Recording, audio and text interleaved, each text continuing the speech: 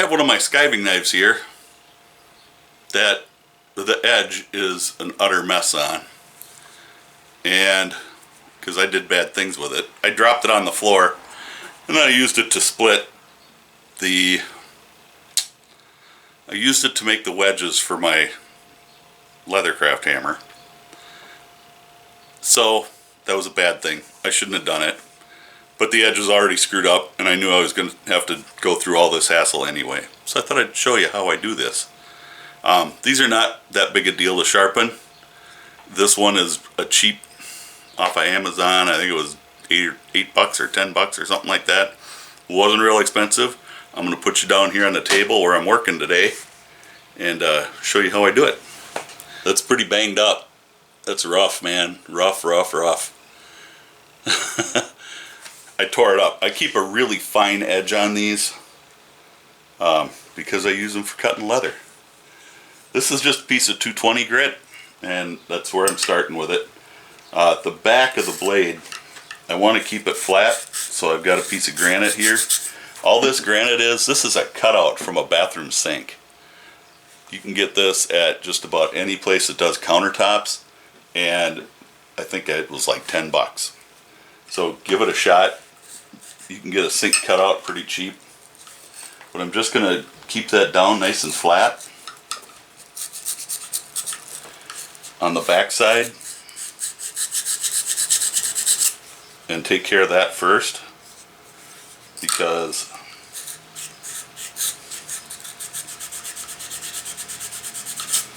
that's probably the biggest part of it. Well, the hardest part anyway. And I'm not using any water or anything. I'm going to flip it over to the front, and I'm going to keep my Sharpie handy here.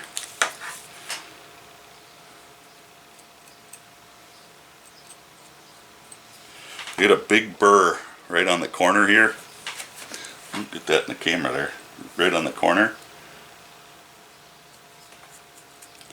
And all along the edge is nothing but burrs. So just get a little Sharpie on there, because I want to make sure I'm in the right direction. I'm going to go sideways here until I get rid of that burr.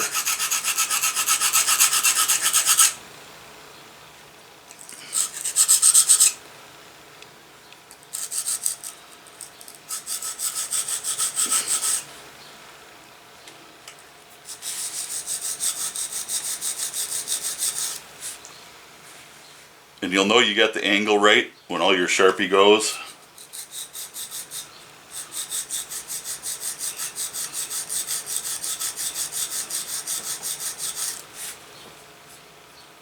So I'm getting pretty good there. And I'm just going to keep going at that until there's no more nicks in the blade.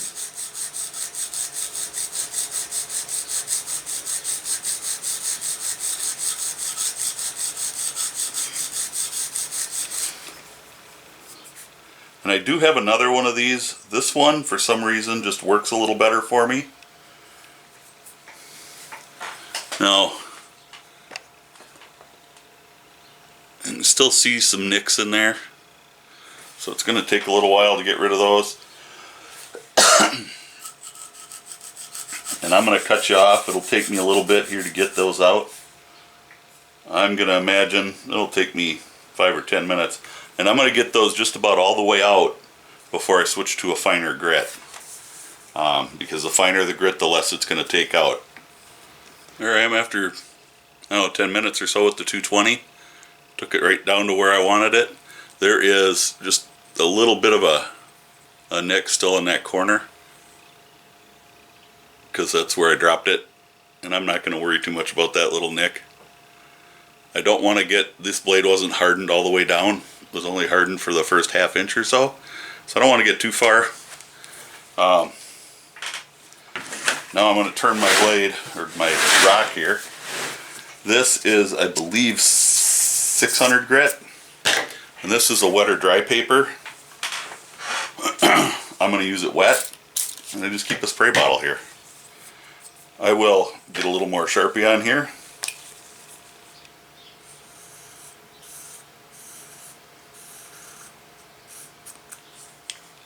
And this will begin to polish that edge.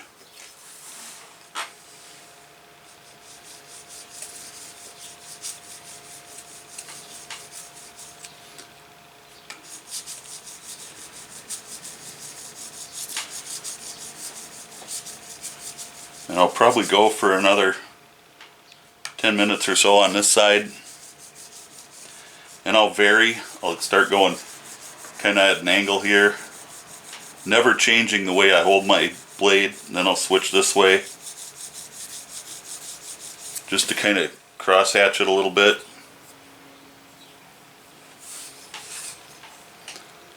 But you can see it's already starting to kind of polish that up a little bit. And it'll take, you know, like I said, it'll take another 10 minutes or so.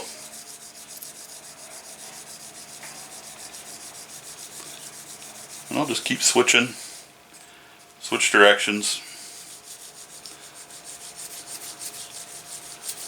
So I'll go up to the left, up to the right, straight up, to the left, to the right, straight up. About a dozen passes in each direction.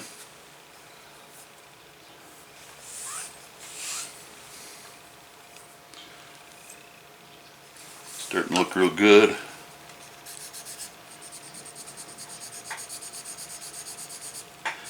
Don't forget the back, because you roll a burr on there and you want to make sure you take that burr off. That was just 1000 grit, so I went from 220 right to 1000 grit. This isn't super steel, this is really crappy steel, but it works okay. One of these days I'll make my own. But there it is. Now I'm just going to take it on the strop. I'll start on the coarse side. This is a FatMan strop that was gifted to me by Dino many moons ago. And I'm just going to do 5 there. And I'll do 3 on the back.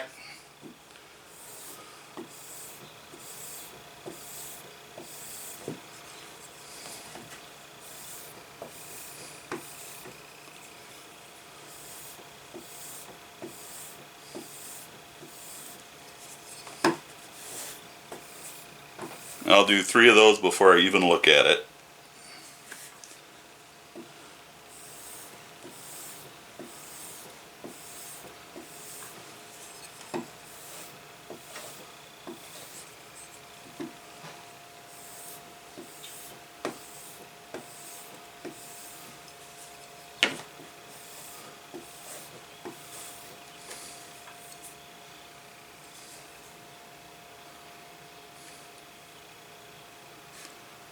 Well, it's looking pretty good.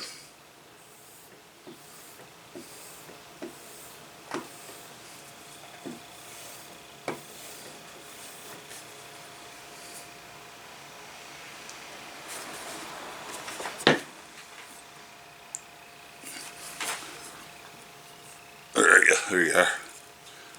That's after the coarse side. And we're looking really nice now. We'll flip it over onto the fine side and do the same thing.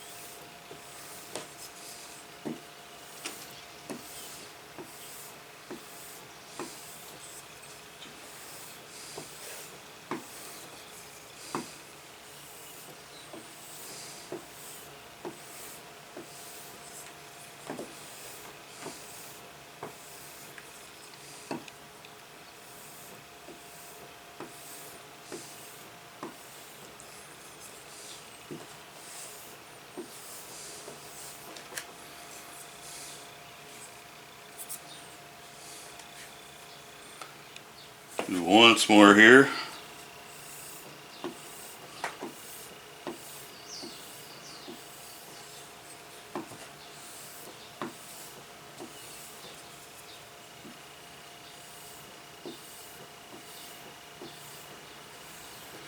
One thing I was taught many years ago, when you're stropping, you don't ever want to come off the edge of your strop. You don't want to go off the edge, because what that'll do is it'll change your angle as you're going off the edge. So what I always try to do is I just try to come off and I lift up at the end. So I don't come off, and because when you come off you drop down. I try to lift up as I get to the end of the strop.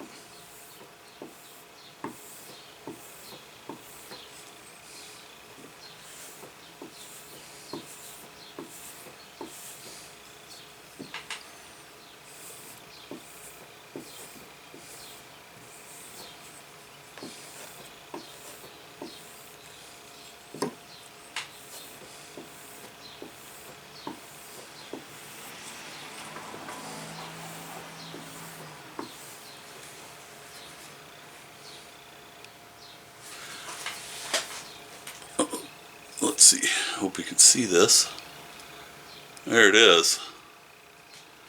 Still got a little bit of that nick in the corner. Other than that, it looks really good. Let's get it over on the little bench here and see how she works. I always keep my sheath handy, but let's get over on a bench. Let's see how it works. I have two of these blades, and they're not the same. The blades look the same, but they're not. This one, and I don't know how well it'll show, has it's got the chisel grind, but it's got a micro bevel on the edge. So it's kind of like, if you look at the profile of it, it's flat, it's got a bevel, and then just at the very edge it's got a little bit more of a bevel. So it doesn't skive the same as this one does, which is a straight chisel grind. So it's just flat and beveled on one side. So they're different, they both skive differently. This one is a steeper bevel, so they don't work the same. And it depends on what you're trying to skive. This is an oily leather, it's not as rigid. This works better on a more rigid leather. So let's just give this a go here.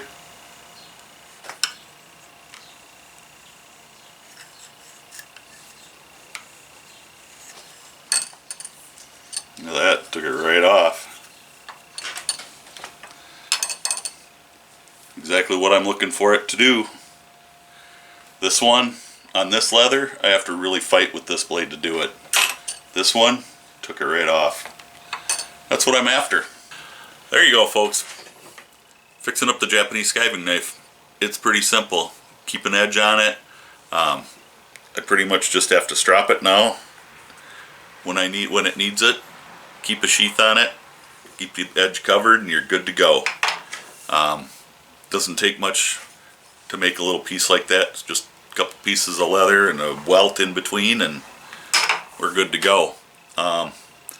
So if you like the tool tips, hit the subscribe button if you're not already. Hit the like button. I always appreciate that. Drop a comment. I do respond to comments every chance I get. And with that being said, stay safe. God bless. And catch you in the next video.